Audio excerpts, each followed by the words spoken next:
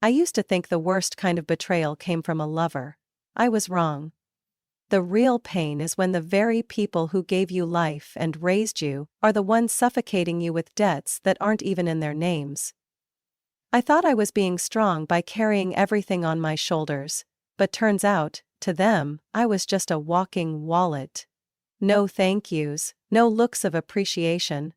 Just cold texts at the end of every month, as if I were a bank clerk who missed a payment deadline. And if you're reading this, maybe you're wondering, how did someone like me let things go this far? My name is Evelyn Carter, I'm 28 years old, a financial advisor in Denver, Colorado. I know how to balance budgets, when to invest, and when to cut losses. I hold 3 professional certifications, have a stable job, and I bought a small apartment on my own at age 26. On paper, I'm the kind of daughter parents would be proud of, but reality is different. To them, I'm not a daughter, I'm a second income stream they never had to work for. I was the only one in the family who knew how to save. Back in high school, I worked part-time at a local grocery store, studying, helping out and collecting tips just to buy used textbooks. Meanwhile, my younger brother Jason, he's 30 now, was always called the undiscovered genius. He dropped out of college in his sophomore year because he lost his inspiration, then drifted through a series of odd jobs. Delivery driver, insurance sales, failed streamer. Until eventually, he moved back in with our parents, like he'd never left. And me? I graduated on a full scholarship and landed my first job at an investment firm right after turning 22. I moved into a small rental in the suburbs and started sending money home every month, first for groceries, then car repairs for Dad, later for utilities and finally for the mortgage. Every time my mom called, her voice was tired, full of weary emotion. "Evelyn, this month's been a bit tough. Could you send us a little early this time?"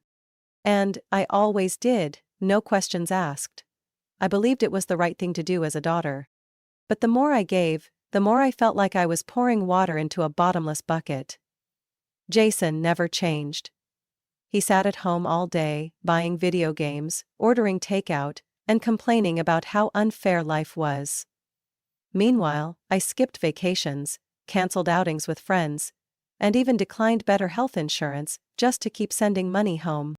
One day, I gently asked my mom, without accusing anyone, whether Jason had any plans to get a job. She sighed and gave the usual response. "He's trying. You don't understand the emotional pressure he's under." As for Dad, he never directly talked about money, but every time I visited, he would let slip some backhanded compliment. "Daughters make more money than men these days, lucky we've got Evelyn." It sounded like praise, but I knew what it meant. They didn't thank me, they assumed I should be doing it. I was the one with money. So, it was my duty. I used to think, what's wrong with helping family? And it's true. Nothing if it's actually helping. But when you become the default name every time a bill is due, when people remember you only when they need a wire transfer, that's no longer love. That's exploitation. I still remember that feeling, the first time I refused to send money to fix the old washing machine. My mom went silent for 2 days, then sent me a long 3-paragraph message. Not one word about how I was doing. Just guilt-laced sentences.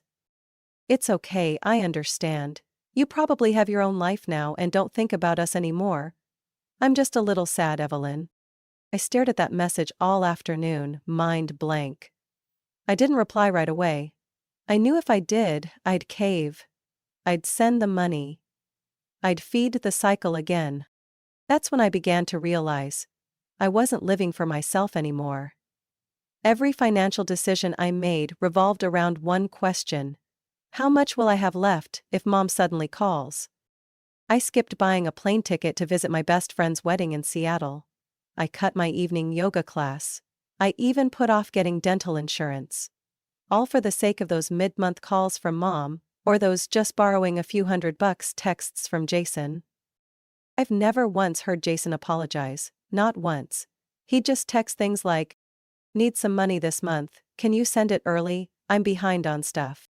No thank you, no how are you, just like I was an ATM with a be kind button. I'm great with numbers, I analyze corporate finances for a living. Yet it took me nearly a decade to realize I had let myself become an unlimited investment for my family while getting zero return. People say family is where you return to, but what if that home only calls you back when they need cash? What if they stay quiet when you succeed, but lash out when you refuse to help? I know the next chapter of this story won't be easy. I know there's going to be a breaking point, and maybe it's coming soon. But here, at the beginning, I want you to understand one thing. I didn't start with resentment. I started with kindness. And they smothered it with their blatant dependence. I don't know the exact moment Jason became the favorite child. Maybe it was the day he got into the state university before dropping out 2 years later. Maybe it was when he told Mom, "I need time to find myself."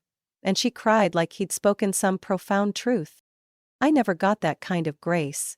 Not a pat on the back when I got a scholarship, not a single congratulation when I got my first promotion. During dinner on my 25th birthday, the same week I became a senior financial advisor, my dad just said, "Wow, companies really do hire young people these days." Jason could throw away every opportunity and still remain their golden child, but the moment I declined one financial request, I was suddenly ungrateful. The rules in our house were never fair. But what makes me angrier is how long it took me to see that. Every holiday, every dinner conversation centered around Jason. Jason's thinking of learning coding. Jason just finished a great book. Jason has a new startup idea. And me? I was always sidelined, treated like an extra guest in the very home I helped save from foreclosure. One dinner, while we were all eating, my mom casually said something that stung more than she realized. "My daughter is smart, but Jason has that artistic soul no one truly understands." I nearly choked. Jason was sitting there, legs on the chair, glued to his phone. He had an artistic soul? Really? A man who hadn't kept a job longer than 3 months? My dad always played the calm father figure, but he never once stood up for me. The last time I asked if Jason could chip in for the electric bill since he's working again, Dad frowned. "Evelyn, you just don't understand the pressure of not finding your path yet." I wanted to scream. What about the pressure of silently supporting an entire family? What about staying up until 2 in the morning to finish reports for clients in New York? But I didn't. I still foolishly believed that if I just tried a little harder, they'd see me. That my sacrifices would be recognized. Jason wasn't just coddled, he was constantly excused. Last year, he took my mom's credit card without asking and spent nearly $1,200 on gaming equipment. When I found out, I thought surely my parents would be furious. But no. Mom just sighed. "He's probably stressed. Just needed something to relax." Relax? With someone else's money? With the money I had wired to her the day before? I remember not saying anything that day. I just stood up, grabbed my bag and left. Neither Jason nor my parents tried to stop me. Maybe to them, I was just a walking machine. And if that machine was overheating, then sure, let it rest for a bit. Every time I tried to speak up, they used their usual trick, flipping the script. "So now you're blaming your brother? Families should love each other, not keep score. If it's such a burden, then don't help." But still sent a money request the following week. I feel like I'm slowly sinking in a swamp of my own making. Fueled by silence. By never saying no. Jason was becoming more carefree by the day. He bought a Persian cat for nearly $600 and posted a picture online with the caption, "My baby." Meanwhile, I was debating whether to cut the TV service this month to cover my mom's medication. I don't know if Jason has ever felt guilty, but one thing I'm certain of, he's never felt responsible. Every mistake was blamed on a rough patch, mental pressure, or simply, "That's just how he is." One time, I came home after wrapping up a major project.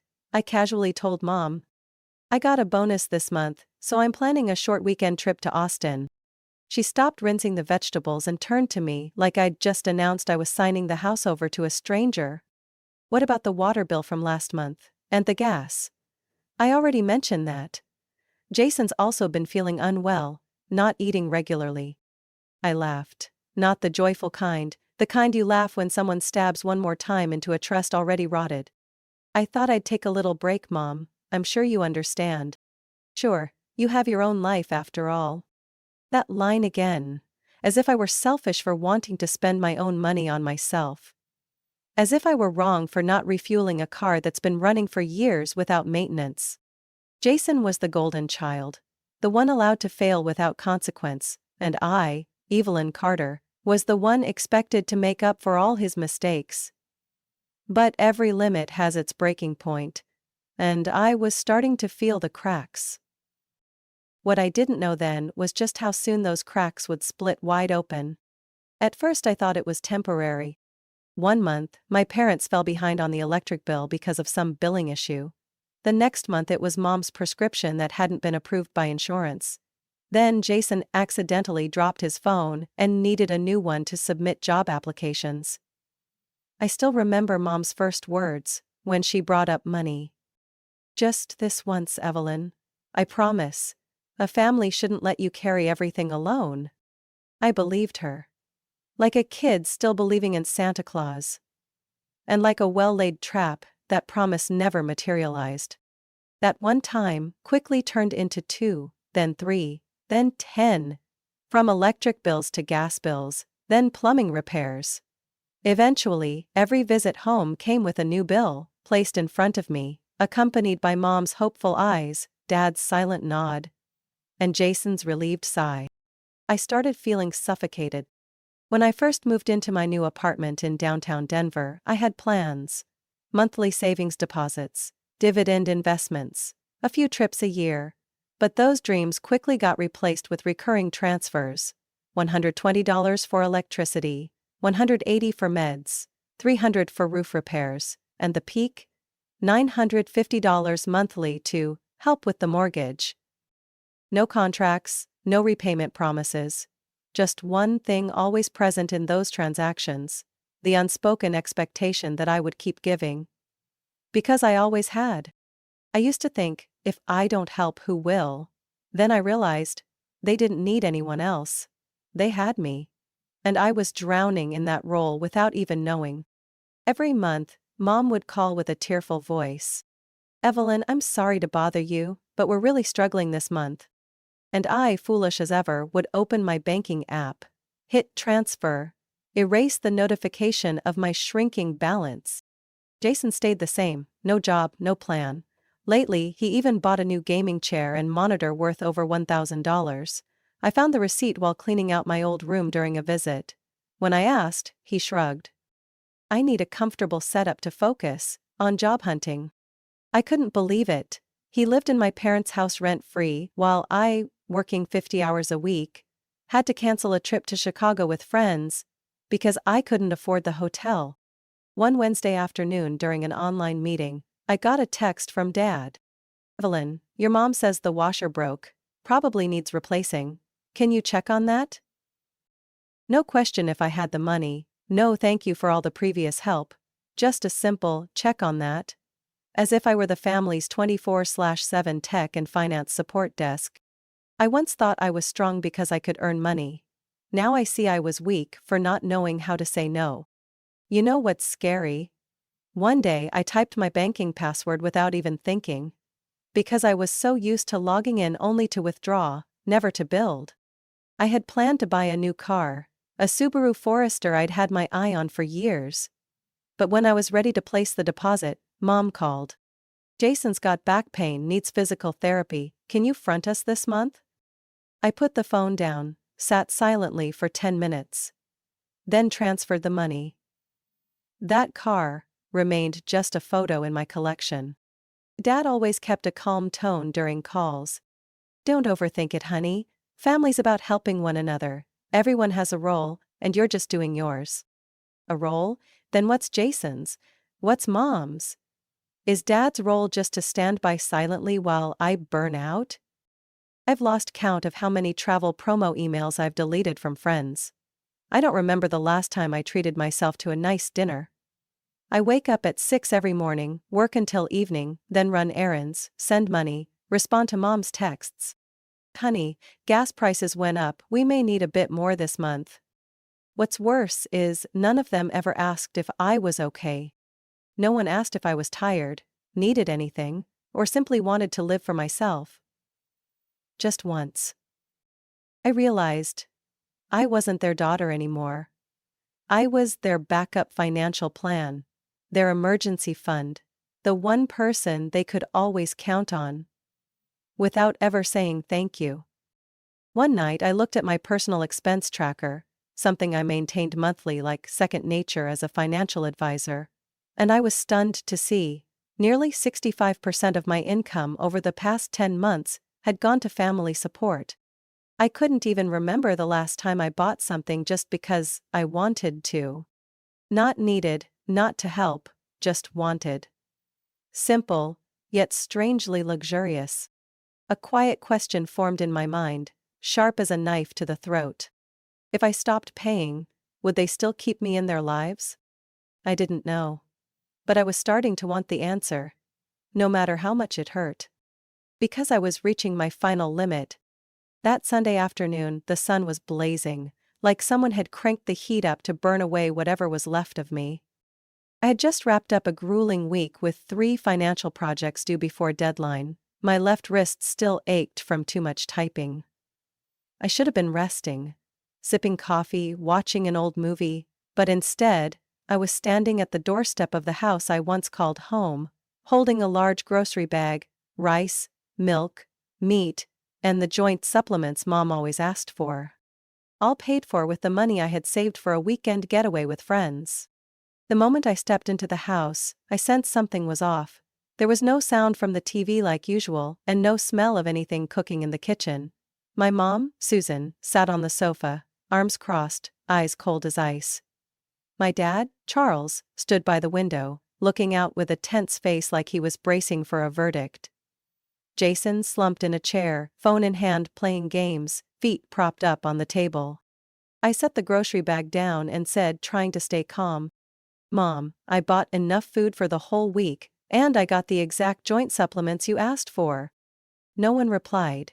Not a single word. Just a slight nod from Jason, eyes glued to his screen. Then Mom spoke, her voice sharp like a blade. "Sit down. We need to talk." I hesitated for a split second. My gut told me this wouldn't be a simple conversation.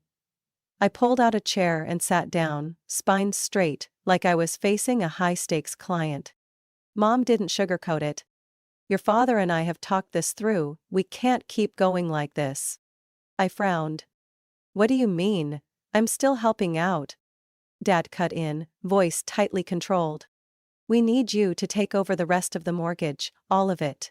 Every month." I froze.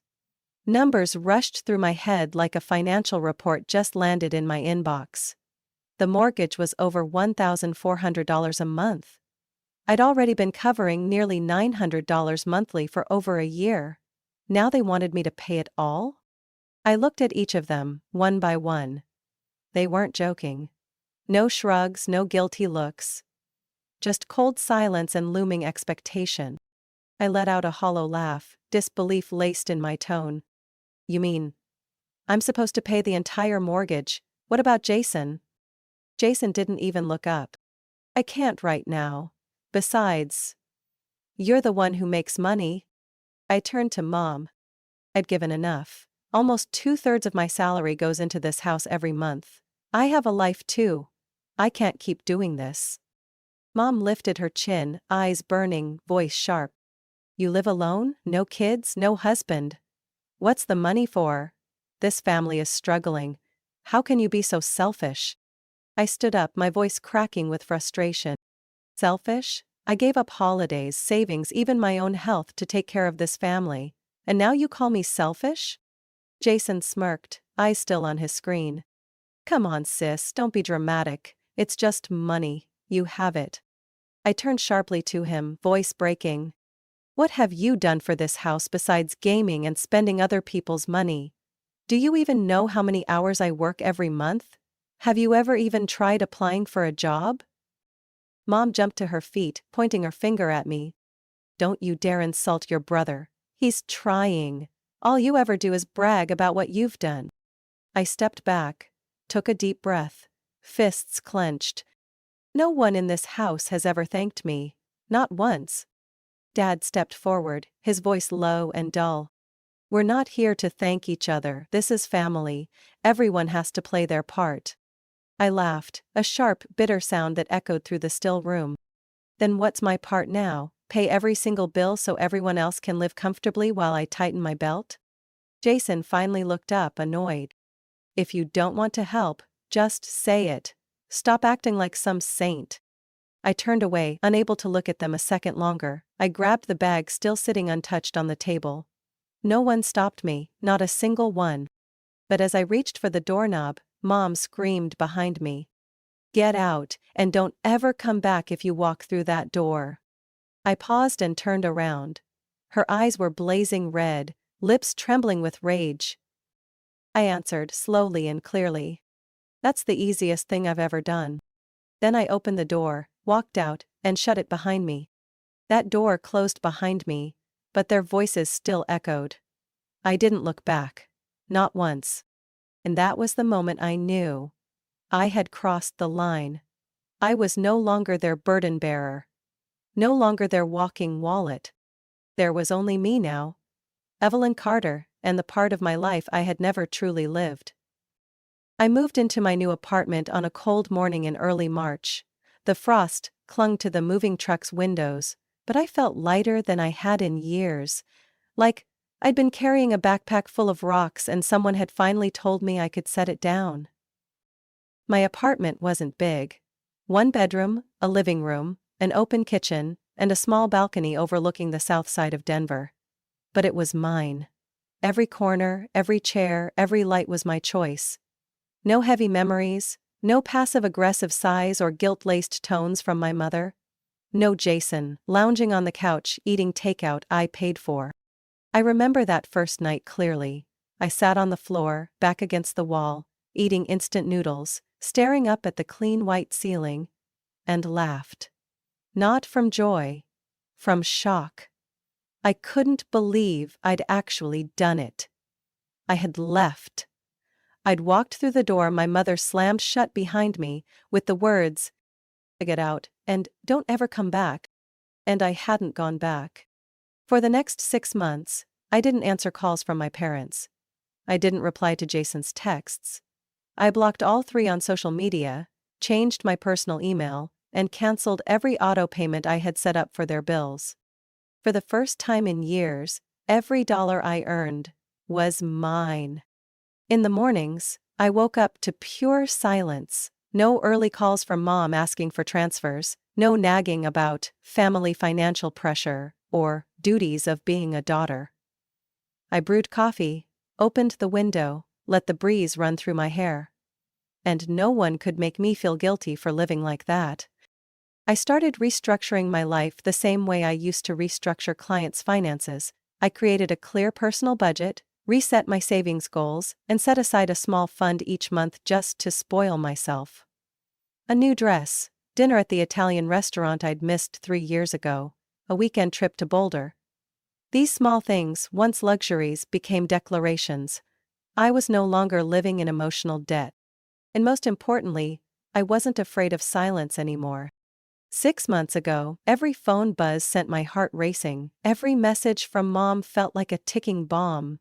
Now, I could mute notifications and toss my phone onto the couch without a second thought. I remember one Saturday, working at a cafe, when my screen lit up with an unknown number. My gut said it was someone from home. I didn't pick up. Simple as that. I wasn't the Evelyn I used to be, the one who spiraled into guilt at the slightest hint of Mom is upset. Now, I knew their sadness wasn't my fault, and if they fell into hardship from their own bad decisions, it wasn't my job to save them. Some nights, I lay on the sofa, watching the soft yellow light cast shadows on the ceiling, thinking about the years I'd been drained and felt stunned. I had lived in the shadow of a family that used love like a double-edged sword. And I never realized, when I started bleeding. One day, walking through the weekend market, I saw a woman about mom's age arguing loudly with her daughter about college fees. The girl looked around 20, exhausted, eyes red, and for a second, I saw myself 5 years ago. Clutching grocery bags, forcing a smile while the world cracked on my shoulders. I didn't step in, but I clenched my fist to keep from crying. Freedom doesn't arrive with fireworks. It shows up in small details. In the moment I open my fridge and know everything inside was bought with my own hands. Not with what was left after caring for others. In doing laundry at midnight without getting scolded. In the first full night's sleep I'd had in years. 6 months passed, and I finally started to feel normal. The kind of normal you hear about in fairy tales.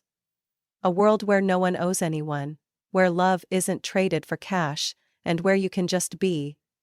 Without proving a damn thing. But that was also when the first call from the past came. A message from my father. Just 10 words. Evelyn, why haven't you transferred the mortgage payment this month? I stared at the screen, my blood freezing in my veins. They still thought I was just temporarily upset. That I would eventually come back, swipe my card and resume the old game. They still believed I was the Evelyn they could manipulate with tired lines about duty, respect, and responsibility. I didn't reply, not right away. I set the phone down on the table, poured myself a glass of red wine and stepped onto the balcony. The cool evening breeze brushed against my skin. I took a deep breath and smiled. Because I knew, this was only the beginning. My father's message still sat there, cold and indifferent, as if the past 6 months had never happened. Evelyn, why haven't you transferred the mortgage payment this month? No greeting, no checking in, not even a how are you, just a cleverly disguised command under the mask of concern. I stared at those words for a long time. Not out of shock, but pure fury. I had lived freely for 6 months, without being followed, without drowning in guilt, and with one line, the old darkness surged back as if it had never left. I didn't reply, not at that moment. But my mind had already started working. Just like it always did when something felt off in a client's financial report. A question sliced through my thoughts like a knife. If I stop paying, where will they get the money to cover the mortgage? The answer should have been simple. They'll figure it out themselves. But I knew my parents too well. Jason didn't even do the dishes, let alone earn a paycheck. I grabbed my laptop and searched for the email from the bank. The one I used to handle their mortgage payments for the past 2 years. My temples throbbed. My heart pounded as I typed Crawford Mortgage into the search bar. The name of their lending company. I called, and, I swear, that call shattered every last illusion I had left. Hi, my name is Evelyn Carter. I used to assist with mortgage payments for the home at 1947 Elm Grove Street. I haven't been involved for a few months, but I'd like to check the account status. Is that possible? The representative verified my information. I heard the click of a keyboard, light hold music playing on the line. But all I could hear was dread. A few minutes later the rep returned, voice gentle but firm. Miss Carter, that mortgage account is currently delinquent. By over 8 months. I went numb. Did you say 8 months? Yes. The most recent payment was a small partial amount made about 7.5 months ago. Since then, there have been no full payments. They've received their final warning. If the account isn't brought current within the next 2 weeks, we'll initiate foreclosure proceedings. I sank back in my chair, eyes wide, mind spinning. 8 months? I had kept sending money through the 5th month. They told me it was for the house mortgage, and I wired it. No questions asked. So where did that money go? There was only one possibility: they pocketed it. My parents, the ones who preached morals, who shouted that I was ungrateful, who claimed family is about helping each other. They had taken my money. And didn't even use it for their own home. I didn't know if I felt hurt, angry, or just plain betrayed. Every emotion swirled in my chest, building into an unstoppable storm. I didn't call Mom. I didn't call Dad. I called Jason. It rang only 3 times before he answered. "You finally called, Mom's freaking out." I got straight to the point. "The money I sent. For months, where did it go?" Silence. Long and heavy. Not because he didn't understand, but because he didn't know what excuse to make up. "I'll ask again. Where did my mortgage money go?" "You're blowing this out of proportion. They needed it for other stuff too. And you're living like a princess in that fancy apartment, you wouldn't understand." "I live like a princess?" I snapped, voice shaking with rage. "And what do you all do, live off your sister's money and call it love?" Jason tried to regain control. "You know they're struggling, you pulled out when they needed you most. Now you're going to let us lose everything?" "I pulled out because you turned me into a bottomless wallet." I hung up before he could say another word. My grip on the phone was so tight I thought I might crush it. Less than 10 seconds later my mom called. I answered. "Evelyn, you don't understand. I know I was wrong not to explain, but at the time we needed meds, the roof was leaking." "Don't lie to me." I cut her off. My voice so cold it startled even me. "I sent that money for the mortgage. Do you know what they told me? The account is 8 months past due." "8 months, Mom."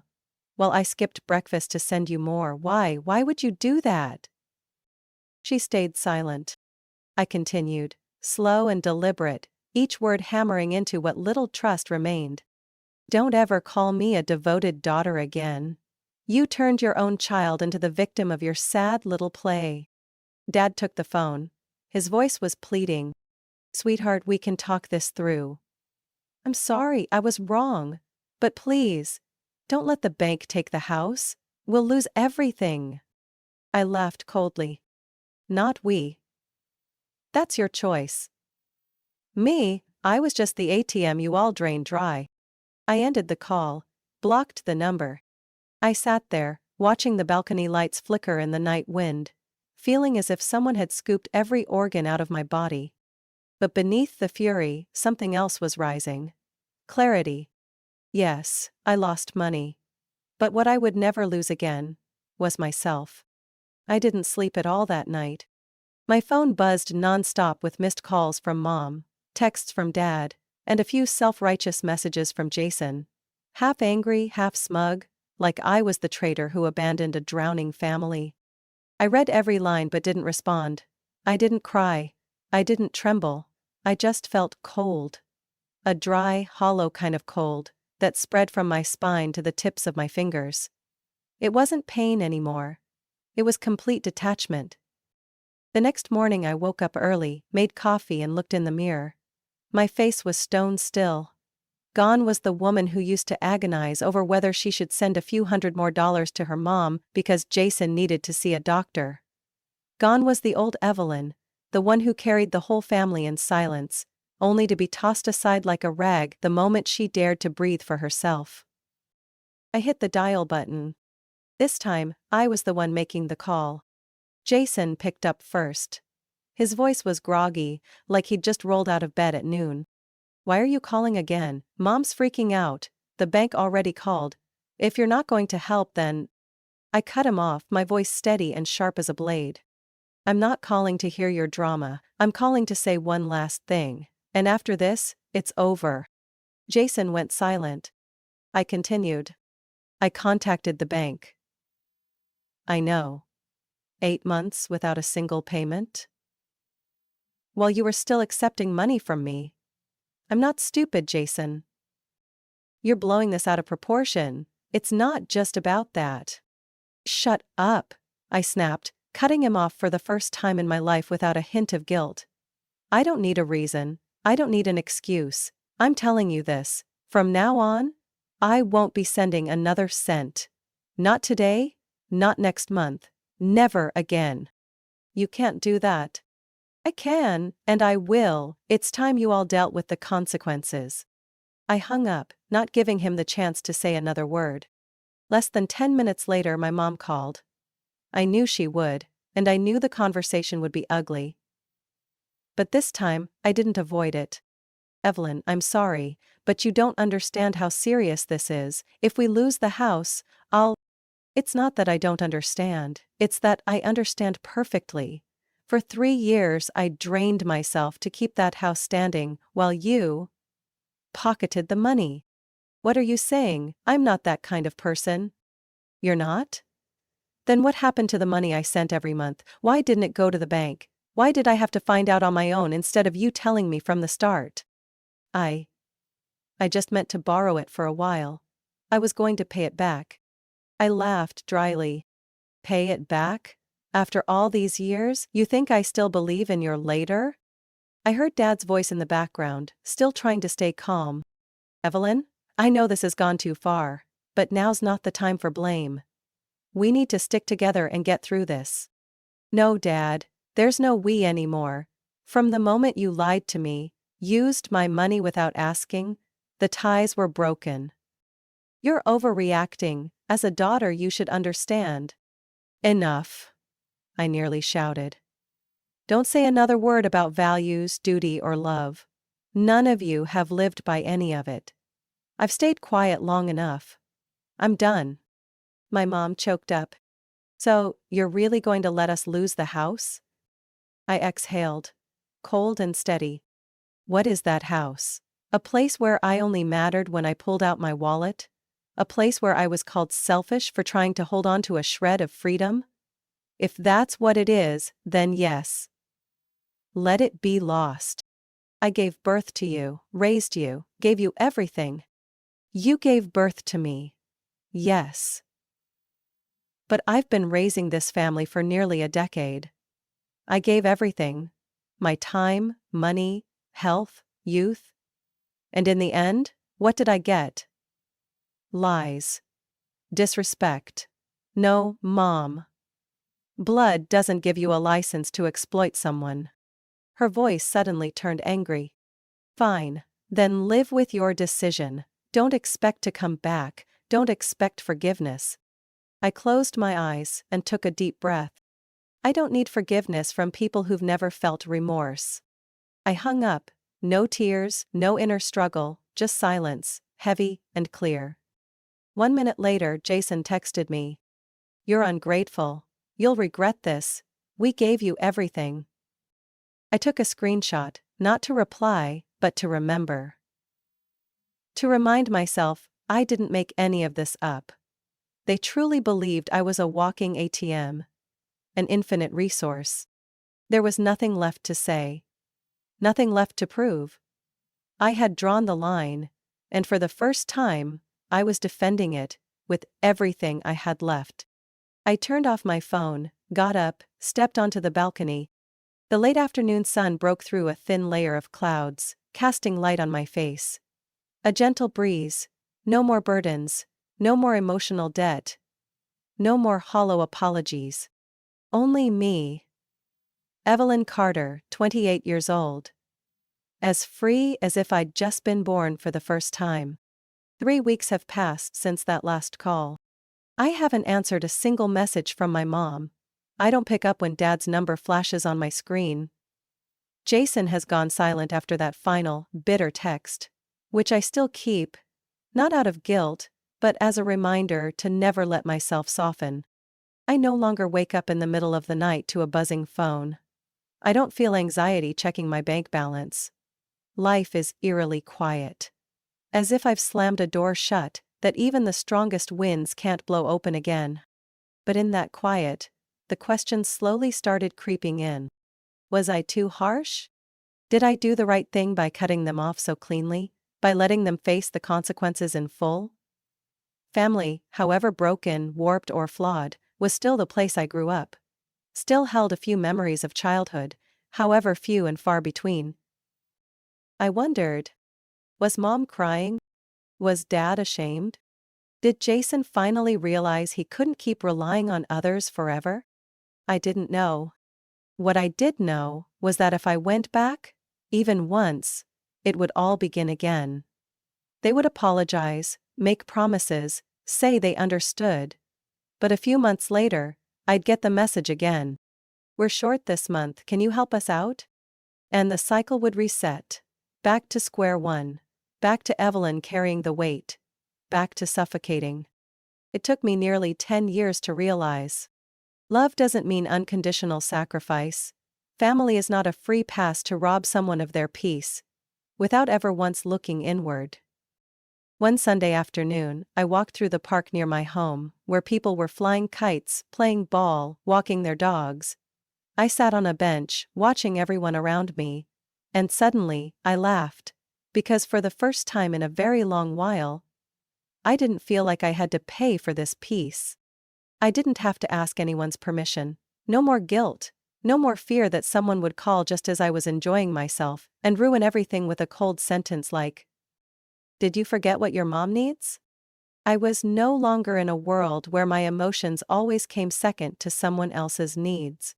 But there were still moments, when I got home and sat on my sofa under the warm yellow light, when I felt strangely empty. Not because I was lonely, I had friends, co-workers and healthy relationships beginning to grow, but because I had once loved the very people who hurt me. I had truly wanted them to get better. I had hoped that one day they would see me, not as a living ATM, but as a real human being, with a heart that could break. I don't blame them anymore.